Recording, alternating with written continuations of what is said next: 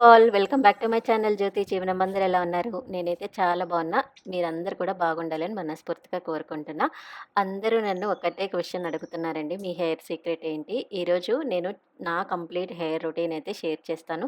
చాలా simple టిప్సే use చేస్తాను. And ఇది అందరికీ యూజ్ అవుతుందని అనుకుంటున్నా. కంప్లీట్ రొటీన్ చెప్పేటప్పుడు మధ్యలో స్కిప్ చేయకుండా చూడండి. ఎందుకంటే చిన్న చిన్న టిప్స్ కూడా చాలా ఇంపార్టెంట్ అనమాట. సో ఇప్పుడైతే వీడియోలోకి వెళ్ళిపోదాము. ముందుకంటే ఫస్ట్ టిప్ ఏంటంటే మనము దువ్వుకునే కోంబ్ చాలా నీట్ అండ్ క్లీన్‌గా పెట్టుకోవాలండి. మనం అనుకుంటాము దాంట్లో ఏముంటుందిలే అని అనుకోకండి. ఖచ్చితంగా మనం దువ్వుకునే దువ్వెన ఎప్పుడైతే నీట్‌గా ఉంటుందో మన హెయిర్ కూడా నీట్‌గా ఉంటుంది. ఎందుకంటే మనం డస్ట్ ఉన్నది దువ్వెన అనేది మనం స్కాల్ప్‌లో పెట్టుకున్నామంటే డస్ట్ స్కాల్ప్‌కి అంటుకొని మనకి గ్రోత్ అయితే ఉండదనమాట. సో ఇది ఫస్ట్ అండ్ ఫార్‌మోస్ట్ టిప్ అండి. సో మనము హెయిర్‌కి యూజ్ చేసే టవల్ కానీ, అట్లాగే కోంబ్ కానీ అండ్ మనము హ్యాండ్స్ కూడా ఆయిల్ అప్లై చేసుకునే ముందు, అట్లాగే షాంపూ అప్లై చేసుకునే ముందు కూడా కొంచెము హ్యాండ్ వాష్ చేసుకుంటూ ఉండాలనమాట. అండ్ మనం తీసుకునే దువ్వెన టైప్ కూడా చాలా ఇంపార్టెంట్. కొంతమంది సన్న పళ్ళు ఉన్నది కూడా చిక్కు తీసుకోవడానికి యూజ్ చేస్తూ ఉంటారు. సో కొంచెము పెద్ద పళ్ళు ఏదైతే ఉందో అవి మాత్రమే చిక్కు తీసుకోవడానికి యూజ్ చేసుకోండి. అండ్ సన్నవి ఉన్నాయి వాటికి మనకి జడలు వేసుకోవడానికి, అట్లాగే ఏదైనా హెయిర్ స్టైల్ వేసుకోవడానికి యూజ్ చేసుకుంటే బెస్ట్ అనమాట.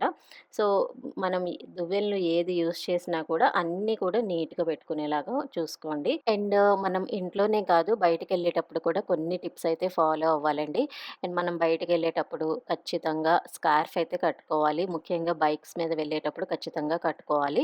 అండ్ ఆల్సో మనము హెయిర్ లీవ్ చేయాలి అనుకునేటప్పుడు కూడా సో మనము బైక్ మీద వెళ్తున్నప్పుడు మీరు కంప్లీట్ హెయిర్ అంతా కవర్ అయ్యేలాగా స్కార్ఫ్ అయితే కట్టుకోండి. ఓన్లీ ఫేస్ అట్లాగా కాకుండా so complete hair back side గూడా మీరు కవర్ చేసేలాగా ఉంటే మనకి బయట ఎన్విరాన్మెంట్‌లో ఉన్న డస్ట్ ఏదైతే ఉంటుందో అది మనకి స్కాల్ప్ మీద అంటకుండా ఉంటుందనమాట. నా హెయిర్ ఇంత లాంగ్‌గా ఉండటానికి నాకు కొంచెం జీన్స్ హెల్ప్ అయింది. అండ్ అట్లానే నేను తీసుకునే ఫుడ్ కానీ, లేకపోతే ఎన్విరాన్మెంట్ పొల్యూషన్‌ని అవాయిడ్ చేస్తూ ఉండటం కానీ, ఇట్లాంటివి కొన్ని కొన్ని చిన్న చిన్న టిప్స్ ఫాలో అవుతాను. సో దానివల్ల హెయిర్ గ్రోత్ అయితే బావుంది. అండ్ మీరు కన్సిస్టెన్సీగా మీరు ఒకటే రొటీన్ ఫాలో అయ్యారనుకోండి, అప్పుడు మీకు గ్రోత్ అనేది తెలుస్తుంది. మీరు ఒకరోజు చేసి, ఒక నెల చేసి అట్లా చేస్తే కాదు. సమ్ 2, 3 ఇయర్స్ అయితే మినిమమ్‌గా కన్సిస్టెన్సీగా మీరు ఒక రొటీన్ ఫాలో అయ్యారంటే, అప్పుడే మీకు ఏ షాంపూ పడుతుంది, మీకు ఏ రొటీన్ పడుతుందనేది మీకు ఒక క్లారిటీ అయితే వస్తదనమాట. సో, మనం ఇందాక క్లీన్ చేసిన దువ్వెనలన్నీ కూడా ఒక్కసారి టిష్యూతో క్లీన్ చేసేసి ఎండలో కాసేపు పెట్టేసేసి యూజ్ చేసుకోవడమే. సో నేనైతే 2 టైమ్స్ ఖచ్చితంగా ఆయిలింగ్ చేస్తాను. అండ్ అట్లాగే 2 టైమ్స్ హెడ్ బాత్ చేస్తాననమాట. 2 ఆర్ సమ్‌టైమ్స్ 3 టైమ్స్ కూడా చేస్తూ ఉంటాను. బేస్డ్ ఆన్ అంటే మనం ఇప్పుడు బయటకి ఎక్కువ వెళ్తున్నాం అనుకోండి అప్పుడు 3 టైమ్స్ కూడా చేస్తాను. అండ్ ఆయిల్ నేనైతే పారాషూట్ కోకోనట్ ఆయిలే యూజ్ చేస్తానండి. చిన్నప్పటి నుంచి ఇదే యూజ్ చేస్తున్నాను. సో రీసెంట్‌గా జాస్మిన్ ఫ్లేవర్ అయితే తెప్పించుకున్నాను. బిఫోర్ అయితే నార్మల్ కోకోనట్ ఆయిల్ ఉంటుంది కదా!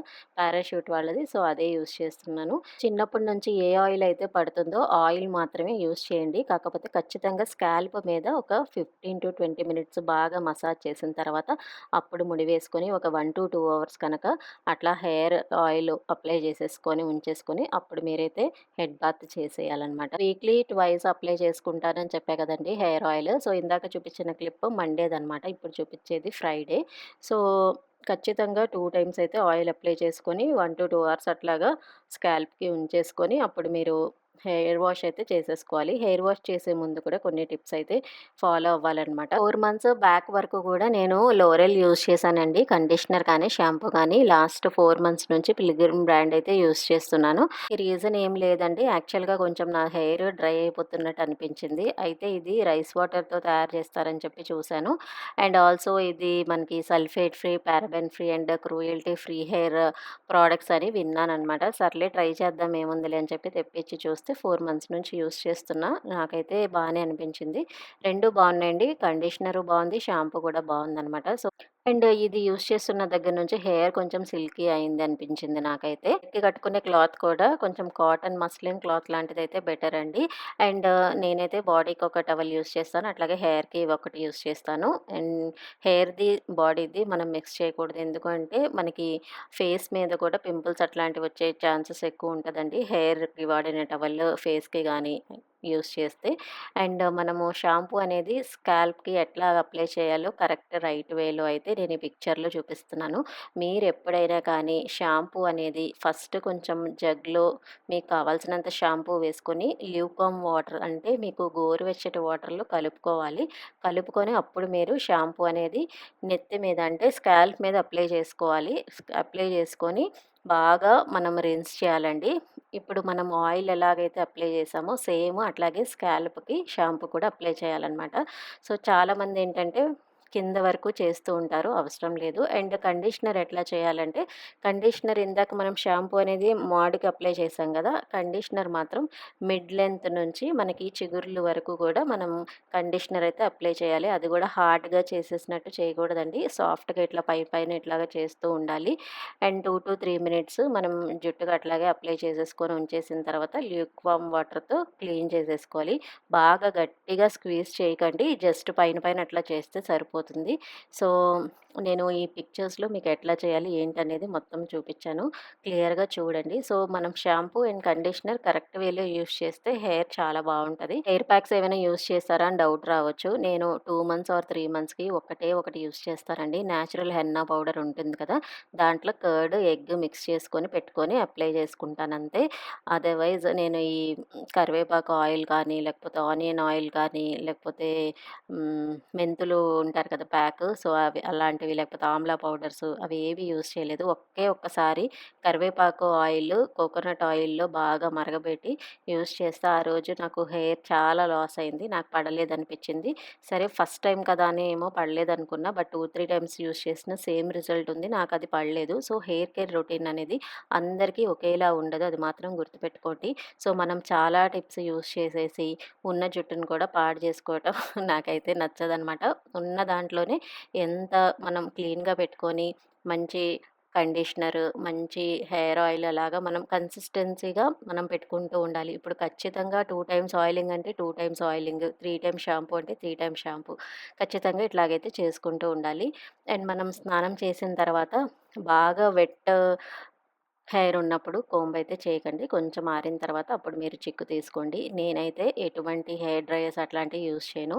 అండ్ కెమికల్స్ కూడా ఎప్పుడు యూజ్ చేసింది లేదు. అదొక రీజన్ అనుకుంటా అండి హెయిర్ ఇంత బాగుండటానికి. హెయిర్ కోసం ఆయిల్ అండ్ షాంపూ ఒక్కటే సరిపోదండి. మనం ఇంటర్నల్‌గా కూడా కొంచెం కేర్ అయితే తీసుకోవాలి. చూస్తున్నారు కదా!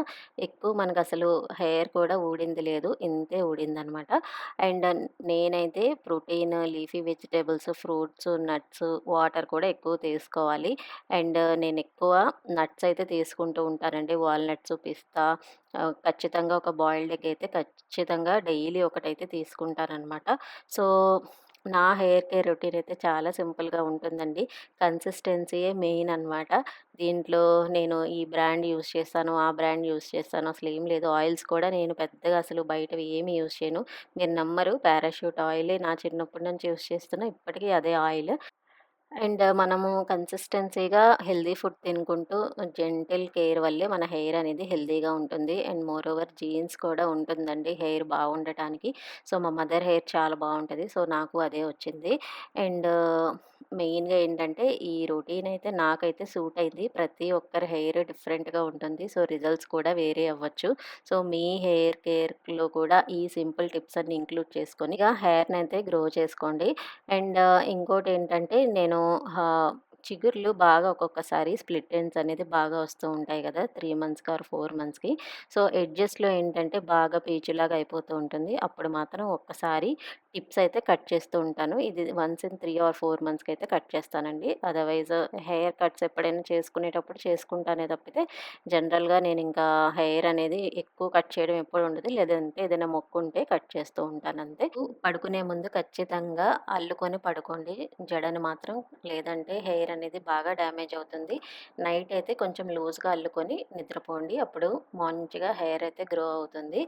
So, yeah! ఇదండి నేను యూజ్ చేసే సింపుల్ టిప్స్. మీకందరికీ కూడా యూజ్ అవుతుంది అనుకుంటున్నాను. నేను యూజ్ చేసే సింపుల్ టిప్సే మీకు చెప్పాను. Not more than that. I hope genuinely మీ అందరికీ నచ్చిందనుకుంటున్నా. నచ్చితే please do like, share and subscribe. అట్లాగే కామెంట్ చేసేయండి.